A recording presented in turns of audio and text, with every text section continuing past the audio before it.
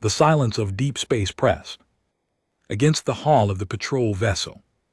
Like a living thing, Officer Kellen sat at her station, 3 of her 4 eyes tracking the scan displays while the 4th watched the viewport. Nothing ever happened this far out. The edge sectors were punishment duty, quiet, cold and forgotten. That's why the signal made her flinch. It came through, sharp and clean, cutting through 20,000 years of static. Kellen's claws hovered over the console, trembling. She knew that frequency. Every child in the Galactic Concord learned it in history modules. It was human, but humans were gone. She ran the scan again. The signal strengthened. Somewhere in the darkness ahead, something massive was moving.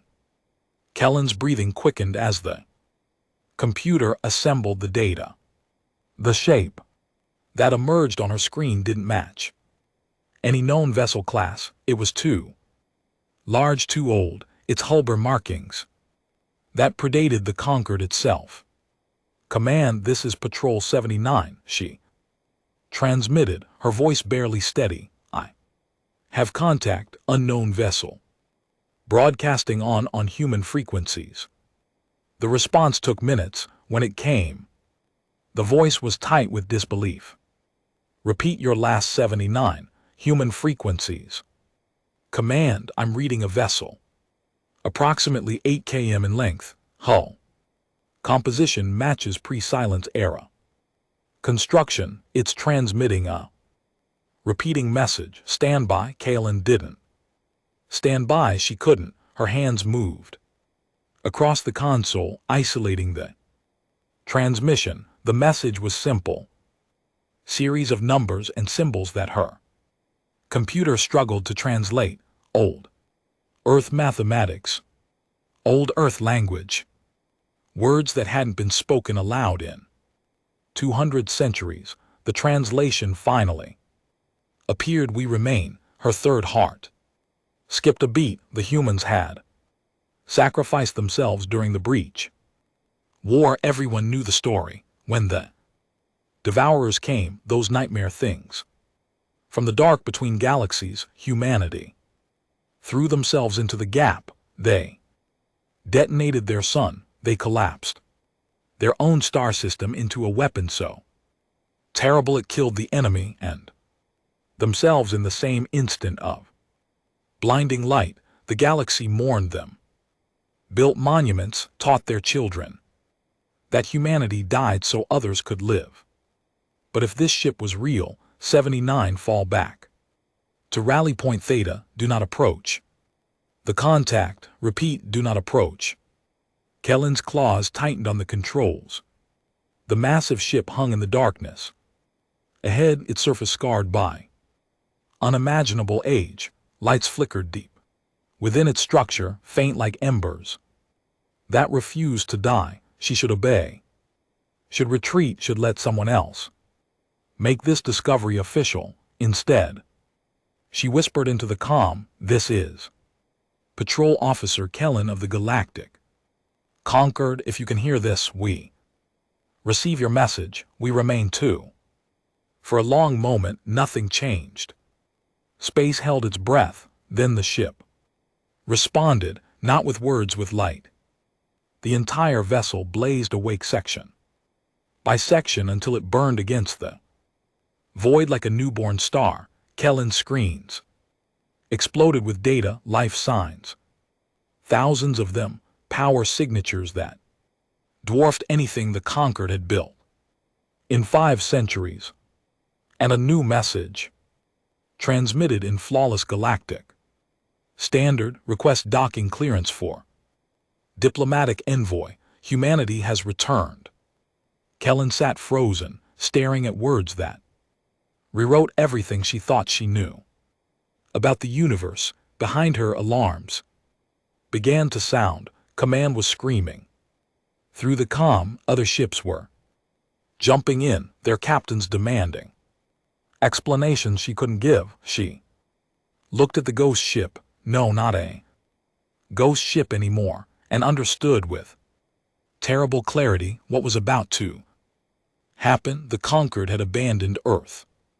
She'd read the classified files once, during academy training when humanity called for help during the first Devourer attacks. The Council had voted to quarantine the sector instead. Too dangerous, too costly. Better to let one species die than risk the many. Humanity hadn't just sacrificed themselves.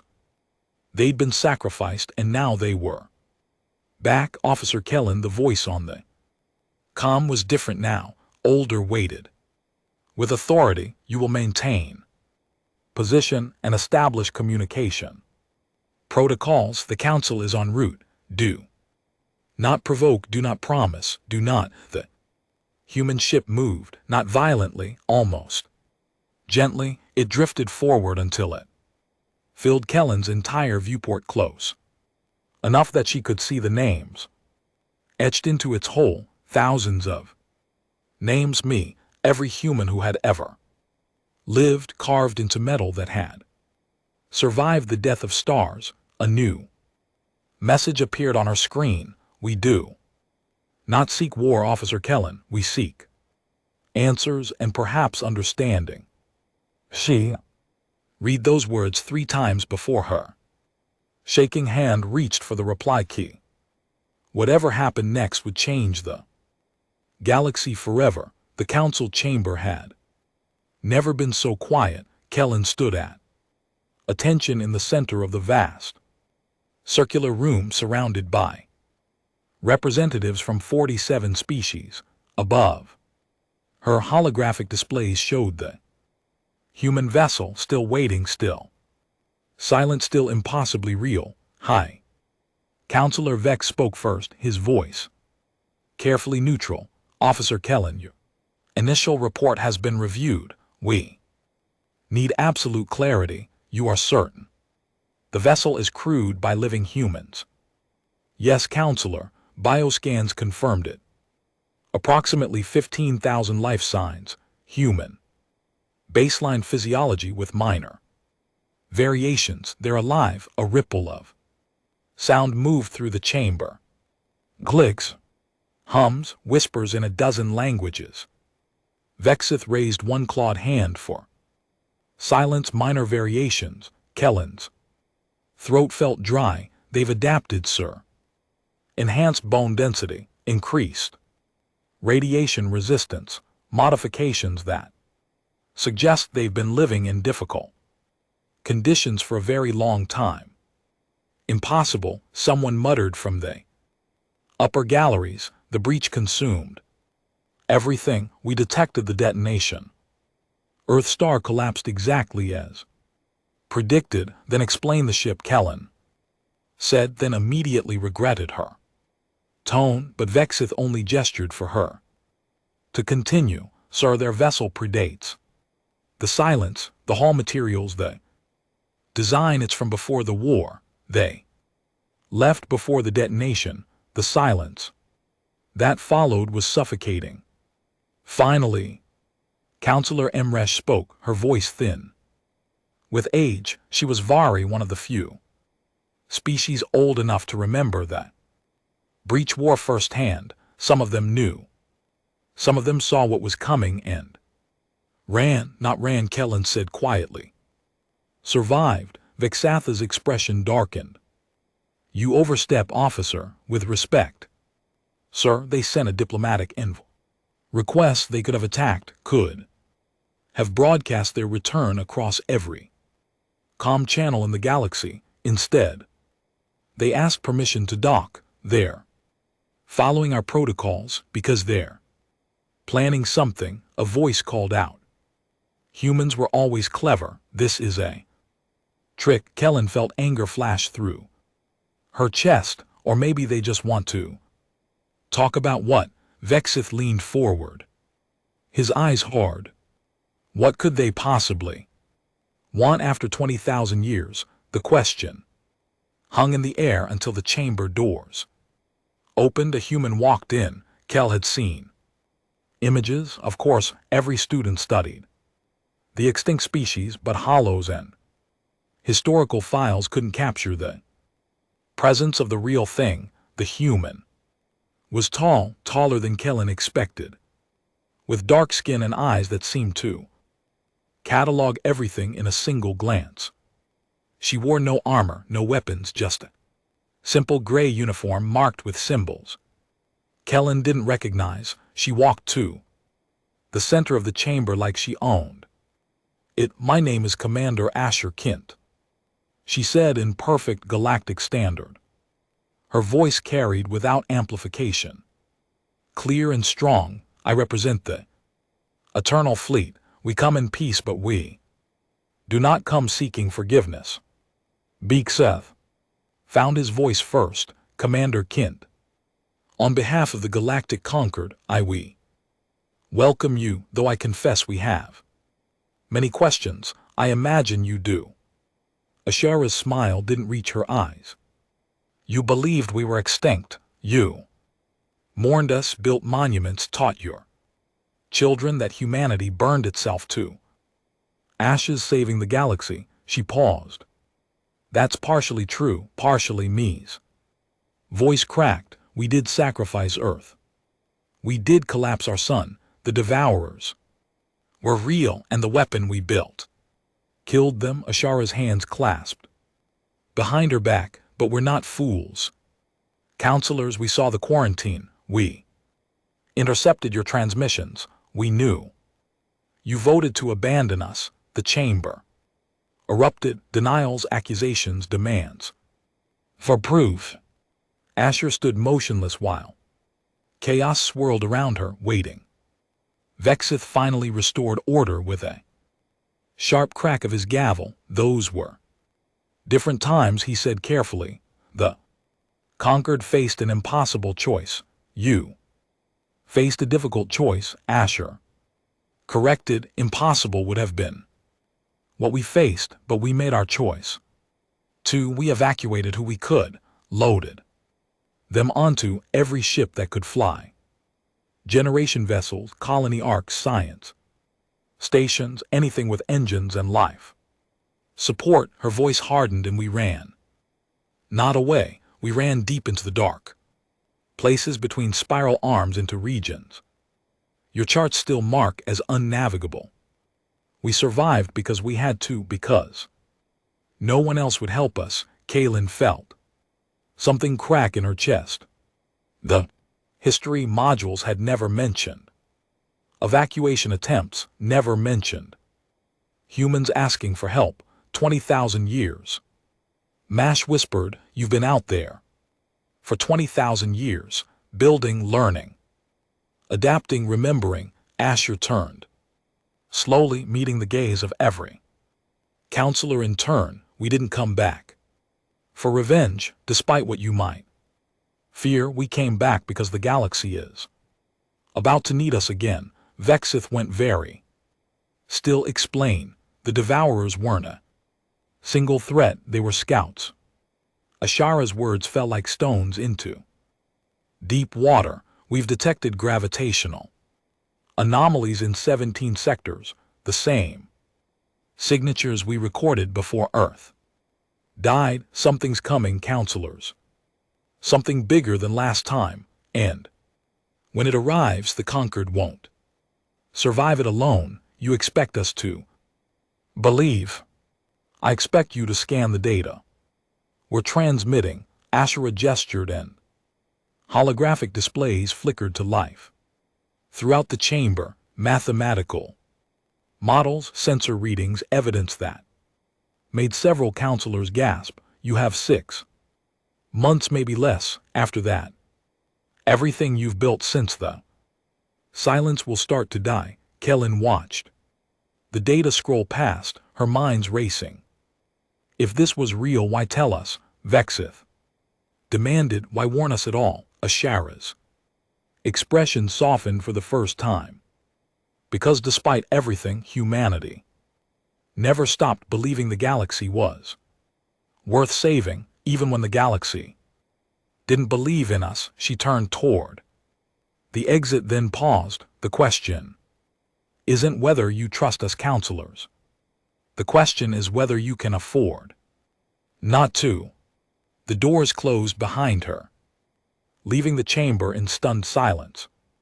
The observation deck was empty except for Kellen and Commander Kint, below them the human vessel hung in space, like a monument to impossible endurance. Kellen had requested this meeting through official channels, half expecting rejection. Instead, Asher had responded. Within the hour, you wanted to talk. Asher said, her eyes on the stores. Off the record, Kellen's claws flexed. Nervously, I read the classified files. The ones they don't show Academy students. I know what the council did. I know they received your distress calls. I know they voted to abandon Earth. She paused. I'm sorry. Asher was quiet for a long moment. You weren't born yet. Neither were your parents or their parents. Why apologize for choices you didn't make because someone should? Kellen moved closer to the viewport. Monuments we built, their lies aren't. We didn't honor your sacrifice. We just tried to forget our guilt, maybe. But guilt's a start. Asher finally looked at her. Do you believe us about what's coming? I ran the numbers myself. The gravitational signatures match whatever's out there. Kellen's voice dropped. It's real, and it's enormous. 42 devourers, Asher said quietly. That's our best estimate, the first time Earth Phase 3, we barely stopped them. This time they're sending an armada. Kellen felt her blood turn cold. The council's debating. They want verification from independent sources. They want committees to study the data. They want time we don't have, we know. That's why we're not waiting for permission. Asher pulled a small device from her pocket, a data chip, ancient by modern standards but still functional. This contains everything: ship designs, weapon specifications, the mathematics behind the stellar collapse weapon. Everything humanity learned fighting the Devourers the first time. You're giving us your weapons technology. We're giving you a chance. Asher pressed the chip into Kellen's hand. The council will take weeks to decide. By then the Devourers will be in inhabited space. But if you leak this to the right people, scientists, military analysts, anyone who will listen, maybe they'll start preparing before it's too late. Kellen stared at the chip. This is treason. If they find out I distributed classified human technology, they'll court-martial you, strip your rank, maybe imprison you. Ashara's expression was hard but understanding. I'm not asking lightly, officer. I'm asking because you're the only person in that chamber who looked at us like we were people instead of problems. Why not just broadcast it? Force the issue, because that would be an act of war. It would prove every paranoid counselor right that humanity came back to conquer, not to help. Asher turned back to the viewport. We won't force you to trust us, but if you choose to, if you decide the galaxy matters more than protocol, we'll stand beside you the way you should have stood beside us 20,000 years ago. Kellen closed her hand around the chip. She thought of her home world, her clutch mates, the billions of lives that depended on decisions made in chambers far away by people who moved too slowly. How long do we really have? She asked. 4 months, maybe 5 if we're lucky. Ashara's reflection in the viewport looked tired. The Devourers move through dark matter currents. They're already closer than the sensors show. By the time the council finishes debating, half the outer colonies will be gone. And if we prepare, if we use your technology, then maybe we survive. Maybe we do what the conquered should have done 20,000 years ago. Stand together. Ashara's voice Roughened, we didn't spend 200 centuries hiding in the dark just to watch the galaxy burn. We came back to fight with you or without you, but it would be easier with you. Kellen made her decision. I'll distribute the data quietly through research channels, military-backed channels, anonymous drops, to scientists who will recognize what they're seeing. She met Ashara's eyes. And when the council finds out, when they come for me, I'll tell them I did it because someone needed to care more about lives than politics. Something like respect flickered across Ashara's face. You're braver than most of them. Officer, I'm terrified, Kellen admitted. But I'm also tired of living in a galaxy built on comfortable lies. Asher extended her hand, the old human gesture of alliance. Kellen clasped it carefully, mindful of the difference in their physiologies. Two species, two histories, one fragile moment of trust.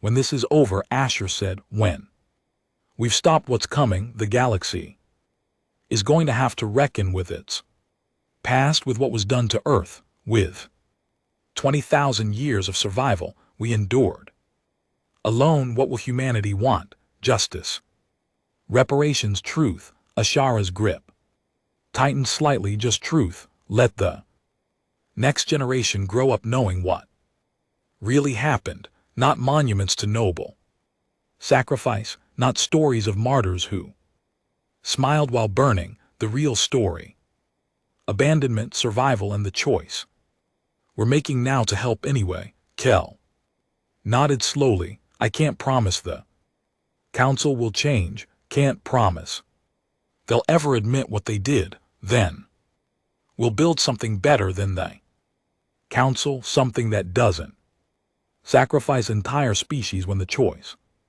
gets hard. Asher released her hand. The Eternal Fleet didn't survive 20,000 years just to repeat old mistakes. We came back to build a different galaxy, one worth saving, and we're going to need people like you to help us do it. Below them, the human vessel began to move, not away toward dozens of smaller craft detached from its hull, spreading out like seeds on a stellar wind.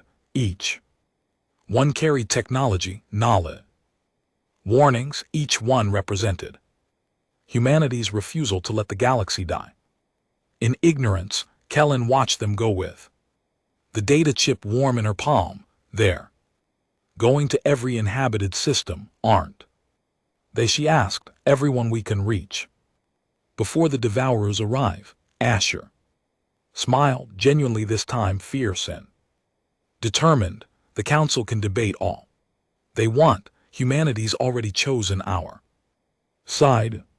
We're not asking permission anymore. We're just doing what we've always done. What's that? Surviving and making sure as many others survive with us. 4 months later, when the first Devourer tore through the Veil Nebula, it encountered something unexpected, not unprepared colonies, not panicked defense fleets, not a galaxy caught sleeping. It encountered 47 species fighting as one, armed with human weapons and human strategies, standing together in the darkness. And for the first time in cosmic history, the Devourers learned what humanity had known for 20,000 years. Sometimes the abandoned become the saviors, sometimes the forgotten become the shield, and sometimes the ones left to die alone return just in time to teach the galaxy